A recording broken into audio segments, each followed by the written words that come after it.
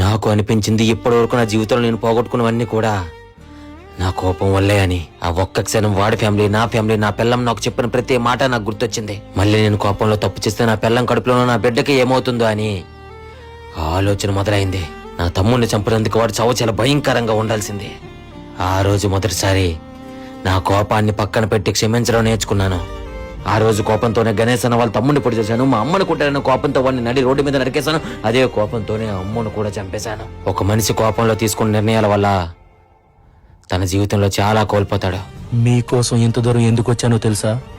మీరు తప్పు చేసి మారిన వ్యక్తి. మీ కథ తప్పకుండా 10 మందికి ఆదర్శంగానే ఉంటుంది. ఎలాగైతేనేమి ఆ రోజు అతన్ని చంపకుండా వదిలేయడం వల్లనే ఈ రోజు మీరెంత హ్యాపీగా ఉన్నారు. మీ పాప కూడా చాలా యాక్టివ్గా ఉంది. అవును, మీ పాప పేరు చెప్పలేదు? అమ్మో, డాడీ వస్తున్నా. అన్నా, స్టేషన్ లో సంతకం పెట్టడానికి టైం అవుతుందన్నా. చాలా థ్యాంక్స్ అండి. అడగగానే మొత్తం చెప్పారు. ఇంకా చెప్పాల్సింది చాలా ఉంది. సరే అన్న, తప్పకుండా మళ్ళీ మాట్లాడదాం. వస్తానన్నా.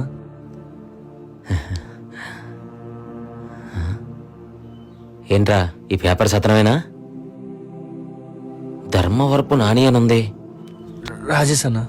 మరి రాజేష్ అని ఎందుకు చెప్పారు? ఈ పేరు ఎక్కడో విన్నట్టుందే.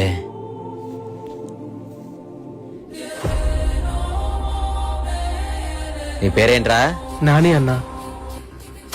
ఓ నువ్వు శివన్న గురించి అడగడం ఆపా. ఎప్పుడు వరకు చూస్తావు కదా,